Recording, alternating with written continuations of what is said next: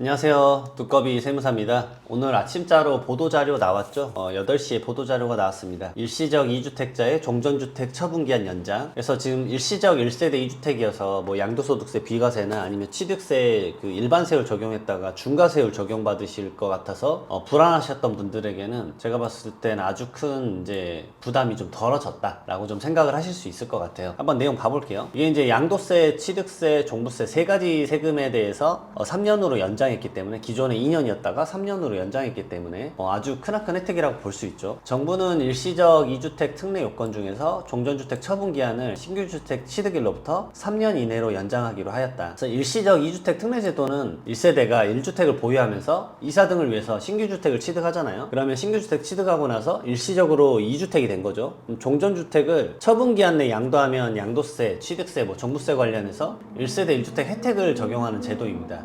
그래서 양도소득세 설명을 좀 드리면 종전주택 취득하고 나서 그 다음에 1년 이상 지난 다음에 신규주택을 취득을 해요. 근데 이 두 지역이 이제 조정대상 지역에 만약에 있었다라고 하면은 이 종전주택을 2년 이내 팔아야 비과세가 되는데 사실 그 21년 10월부터 주택 가격이 스물스물 떨어지더니 지금 하락장을 22년도에 엄청나게 경험을 하셨잖아요. 그러니까 매도자는 팔려고 해도 가격에 대해서 팔리지가 않고 그 다음에 매수자 입장에서는 어떻게 되죠? 사실 대출을 끼고 살 수밖에 없는데 대출에 대한 금리가 급격하게 올라갔지 않습니까? 그러니까 이걸 살 때 대출을 안 끼고 살 수가 없는데 그 대출 금리를 감당할 수 없을 것 같다 라는 생각이 첫 번째고, 그 다음에 두 번째로는 이거를 지금 가격이 계속 떨어지고 있는데 이걸 사는 게 맞을 것인가 라는 생각이 이제 또 드실 거거든요. 이런 다각도의 생각이 들기 때문에 2022년도에 주택 거래량이 아주 급격하게 줄어들었죠. 그리고 급격하게 줄어드니까 이게 팔리지 않는 거예요. 그럼 나는 일시적 1세대 2주택인데 이 종전주택을 2년 이내 팔아야지만 비과세가 되고 2년 이내 팔지 못하게 되면 결국 2주택 중과세율을 적용을 받아버리는 상황이 되는 거죠. 그래서 이 종전주택을 양도를 하고자 해도 안 되는 이 부분을 2년을 3년으로 늘려줬기 때문에 우선은 약간 한시름 덜 수 있다라고 생각을 하시면 되는 거죠. 어찌됐든 제가 봤을 때는 부동산 시장에 이제 부양책으로 나온 것 같습니다. 그 중에 하나를 이제 살짝 풀어준 거고, 이 제도에 대해서 이제 그 바로 시행 시기가 오늘 날짜부터더라고요. 근데 이게 가능한 이유는 이게 이제 소득세법 시행령이 있기 때문에 가능하죠. 왜냐면은 이 시행령은 대통령령으로 정하기 때문에 대통령의 이제 권한으로 즉각적으로 이제 간단한 협의만 거친 다음에 바로 통과되기 때문에 이 부분에 대해서 바로 오늘자부터 적용이 가능하다라는 점을 알고 계시면 제가 봤을 때는 도움이 되실 것 같아요. 그래서 양도세는 비과세를 받으면 1세대 1주택 비과세, 그 다음에 장기보유 특별공제 최대 80%까지 받을 수 있죠. 보유기간 쪽 40%, 그 다음에 거주기간 40%, 그 다음에 취득세는 다주택자 중과 이 배제를 받을 수 있죠. 이게 이제 선택을 하는 겁니다. 일시적 1세대 2주택이 됐을 때 내가 원래는 2주택 조정대상 지역 내 2주택은 중과세율 적용인데 그럼 8%를 내야 되는데 나는 이 종전주택을 기한 내에 팔겠다. 기한 내에 팔 거니까 그러면 1%에서 3%의 이제 기본세율만 적용을 하겠다 라고 사실 그 취득세 신고할 때 선택을 할 수가 있습니다. 그러면은 이걸 사후관리를 하는 거죠. 그래서 일정 기간 내에 종전주택을 팔지 않았으면 그때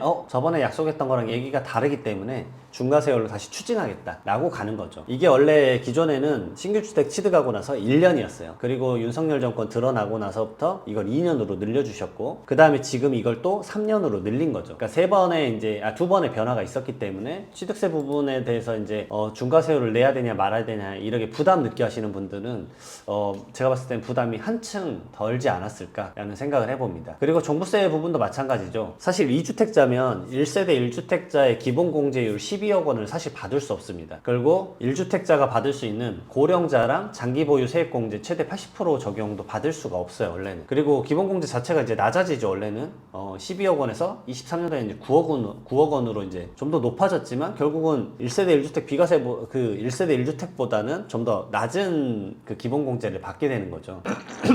그래서 이제 종부세 부분에 대해서도 큰 혜택을 가져갈 수 있다. 결국은 이게 이제 종전주택이 지금 시장에서 팔리지가 않으니까 시장 부양책으로 나온 거니까 이 부분에 대해서 여기에 케이스에 해당하시는 분들에게는 좀 더 이제 안심이 될 것 같다라는 생각이죠. 한편으로 또 그런 생각이 듭니다. 1년이나 기간 늘어났으니까, 그리고 지금 각종 규제를 1월 3일날 13 대책으로 많이 풀었잖아요. 그러면은 시장이 다시 살아나는 것 아닌가 라고 해서 또 매물을 걷어들이시는 분도 있으실 건데, 사실상 그건 모르겠습니다. 왜냐면 지금 이 대책이 나오고 나서 사실 한 10일 정도가 지났는데 시장 분위기는 아직도 혼란 속인 것 같아요, 사실. 이게 진짜 시장을 부양을 하는 거냐 아니면 그나마 떨어지는 걸 살짝 막은 거지 떨어지는 그 추세선의 이제 각도만 좀 줄인 것 아니냐라는 입장도 많더라고요. 뭐 제가 시장에서 느낀 분위기도 사실은 좀 비슷하긴 합니다. 뭐 제가 이제 일부분에 대해서만 시장 분위기를 봤기 때문에 이게 전체로 확대 해석할 수는 없어서 그 부분에 대해서는 좀 말씀드리기 좀 조심스럽긴 하고요. 그래서 이제 시행령으로 양도소득세랑 취득세, 양도소득세랑 종합부동산세는 이제 국세고 취득세는 이제 지방세죠. 지방세 부분까지 같이 전부 다 신규주택 취득일로부터 이 3년으로 바꾸는 걸로 됐어요. 그래서 이유가 나와 있죠. 종전주택 처분기한 연장은 이 금리 인상, 그다음에 주택시장 전반의 거래량 감소 등 이 불가피한 요인으로 종전주택 처분이 곤란한 일시적 2주택자의 불편을 해소하고 그다음에 금매 등으로 인해서 시장 충격을 최소화하기 위한 조치이다.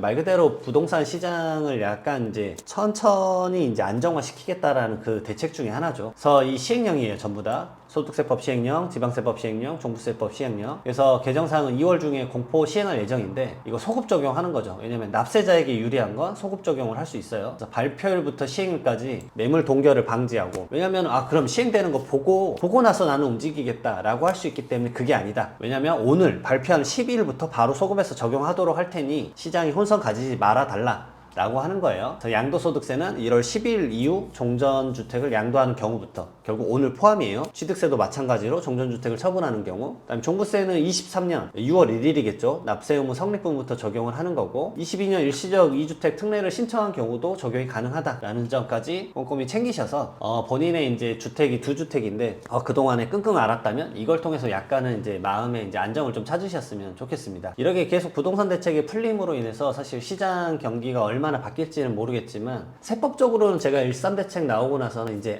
좀 세법은 세금에 대한 고민들은 좀 더 덜어내실 수 있겠구나 라고 좀 느끼고는 있습니다. 그 관련해서도 꼭 콘텐츠를 주기적으로 좀 찍을 테니까 그때 또 영상을 좀 봐주시기를 부탁드릴게요. 그럼 다음 콘텐츠로 찾아뵙도록 하겠습니다. 감사합니다.